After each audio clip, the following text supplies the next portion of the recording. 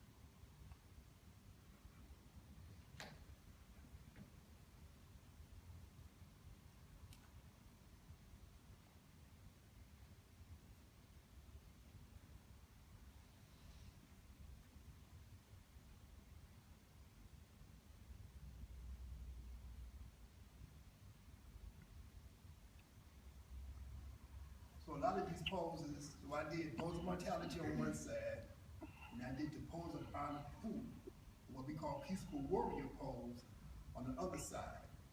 These movements and postures, they morph into each other. They just sort of flow into each other. And they're based upon like a 4-4 rhythm, right? Dividing your breath into 4 parts. With each movement that I did, it was either with an exhalation or an inhalation.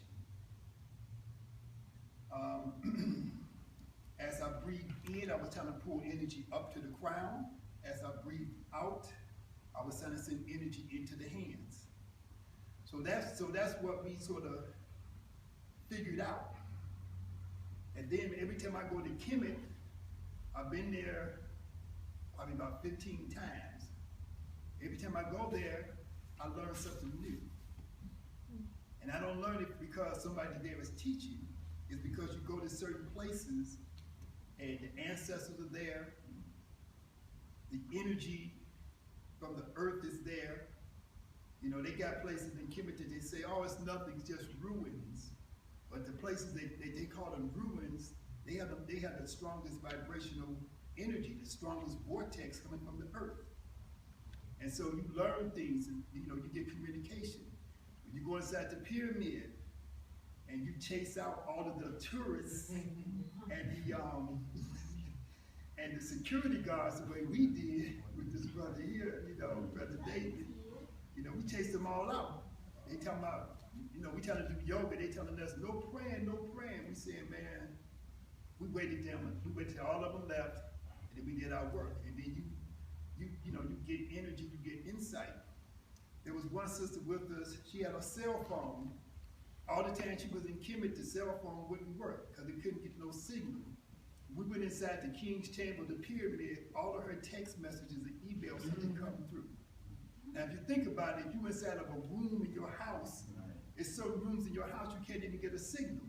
But she was getting signals from the thickest, most massive block of stone on the planet Earth. And it was pulling those signals into it to her phone. Okay, so let's think about the signals that you receive. So a lot of times, you know, we're looking for books and we're looking for people on YouTube to give us information, and really we got to just download it ourselves. And we had that capability. And if you can't go to the pyramids or the temples and stuff, you got to do this meditation, you have to do these movements and postures that's going to open up and align your channels and make you be able to receive